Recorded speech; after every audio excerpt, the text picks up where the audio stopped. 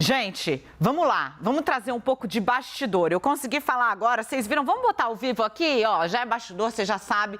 Vamos colocar ao vivo aqui as imagens da Sabatina. É Zanin quem tá falando ainda, gente? A Elisiane Gama tá fazendo questionamentos agora. Voltaram então para o bloco de perguntas de 3 senadores. Podemos voltar com o nosso telão de bastidor. Porque o que está acontecendo é o seguinte, eu consegui falar com o senador Randolfo Rodrigues, que você viu, estava fazendo perguntas e estava ouvindo a resposta de Cristiano Zanin agora, só para gente entender qual é o clima lá dentro. Eu vou ler para vocês aqui a troca de conversas. Ó, líder, tudo bem?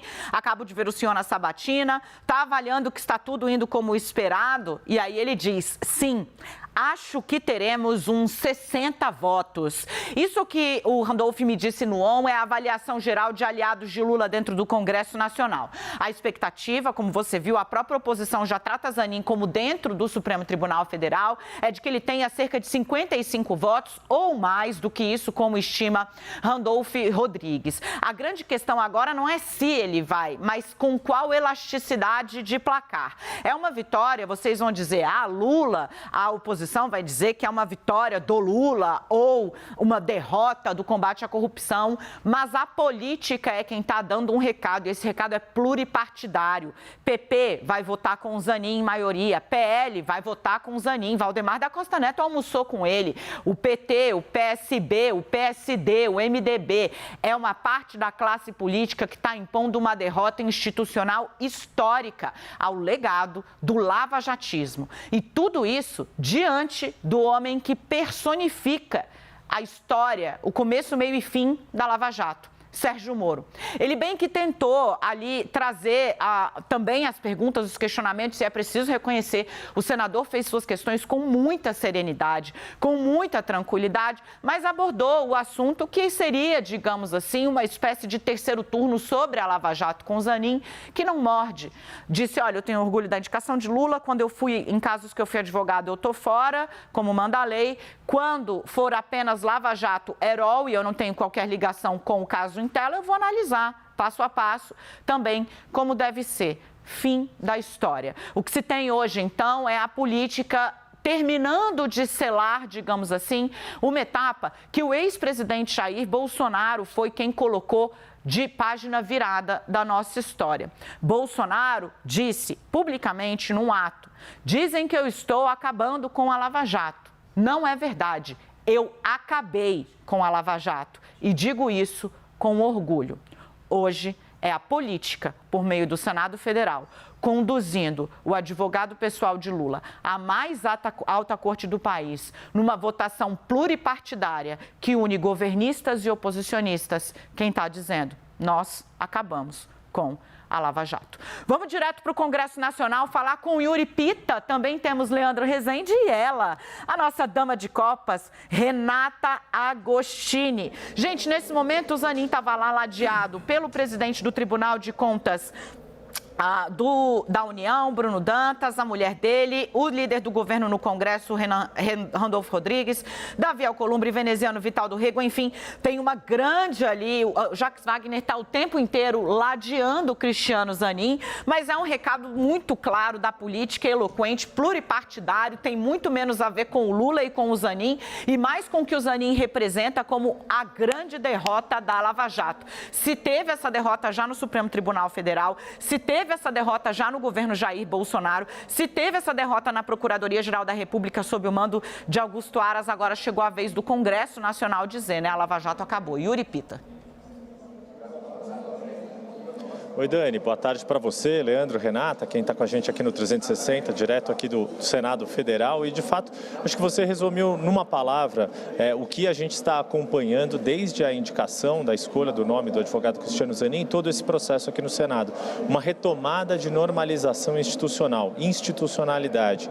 E por isso que os questionamentos, mesmo, como você disse, os questionamentos que Sérgio Moro fez foram duros, foram incisivos, marcam uma posição de defesa do legado da Lava Jato por parte do ex-juiz, mas foi um debate, como classificou mais recentemente, um pouco depois desse embate, o próprio senador Eduardo Braga, líder do MDB, para citar um dos casos, um debate de alto nível, nesse sentido. Claro que há momentos ali de alguns senadores que jogam para a sua torcida, jogam muito mais para suas redes sociais do que para o questionamento jurídico, propriamente dito, quando se trata, por exemplo, das questões de costumes, mas Cristiano Zanin não mordeu nenhuma isca que o tirasse da sua cena, da sua situação. Verdade que também uma sabatina razoavelmente morna, sem um momento muito longo de tensão, apenas alguns focos pontuais de maior tensionamento, e ele até em outras respostas, mesmo sem estar falando diretamente com o Sérgio Moro, deu algumas respostas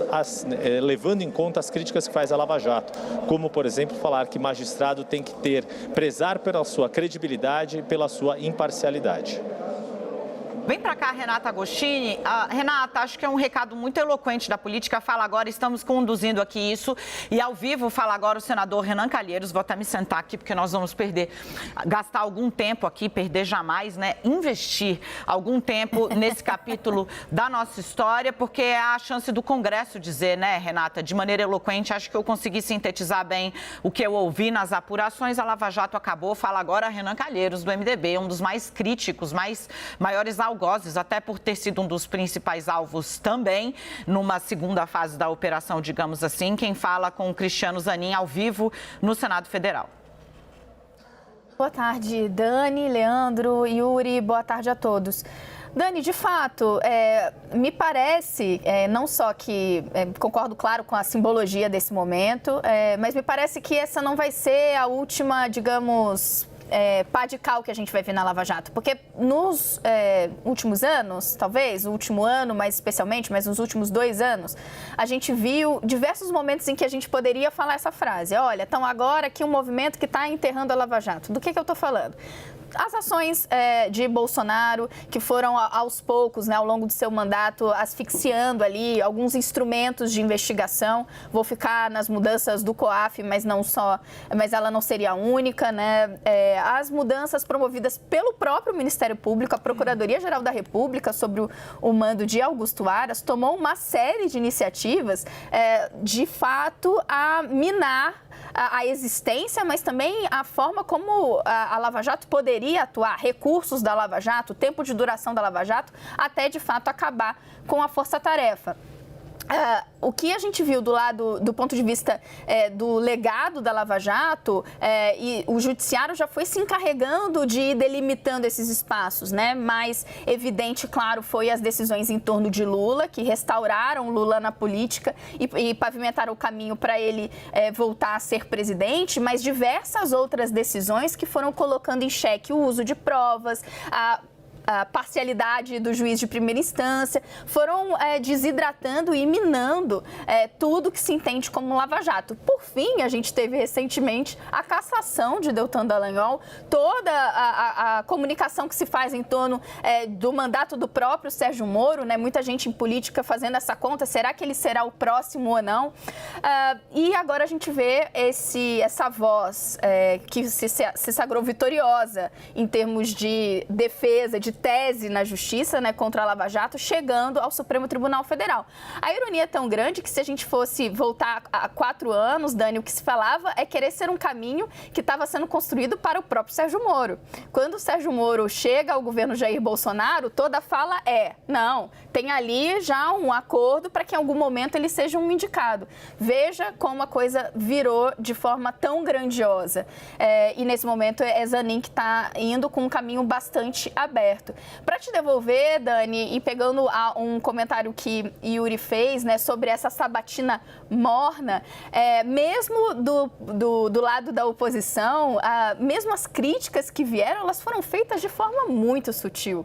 A gente viu até Rogério Marinho, líder da oposição, dizendo que não veio problema nenhum dele ser advogado, é até positivo que ele sendo advogado. Essa que era uma crítica que era feita pontualmente ali ao currículo de Cristiano Zanin.